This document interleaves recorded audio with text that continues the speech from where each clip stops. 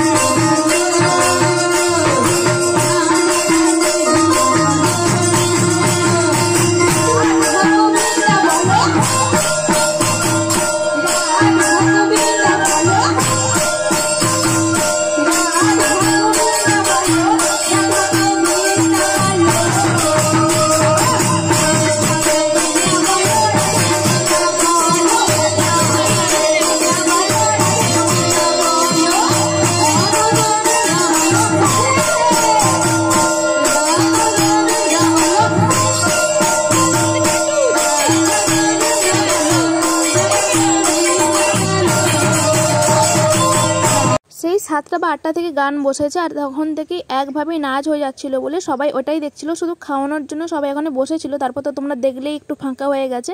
আর এখানে এসে কাকিমারা সবাই মিলে আলোচনা করছে যে এটা কে ভাড়া করেছিল এরকম। আসলে কী হয় বলো তো, অন্যবার কৃষ্ণর পাঠ শোনানো হয় কোনো বিষয়ের ওপর, এবার তো সেটা হচ্ছে না, শুধুই নেচে যাচ্ছে। একটু আধটু ভালো লাগে, এত কি সবার ভালো লাগে? এই জন্য এটা নিয়ে আলোচনা হচ্ছিল। পরের দিন সকালে আবার অন্যরকম ভিডিও শেয়ার করব, সেটার জন্য অপেক্ষায় থেকে। এবার চলো খাওয়ার মেনুতে কী কী আছে দেখি। প্রথমে এটা ভাই হয়, গ্লাস দিয়ে গেল, থালা দিয়ে গেল।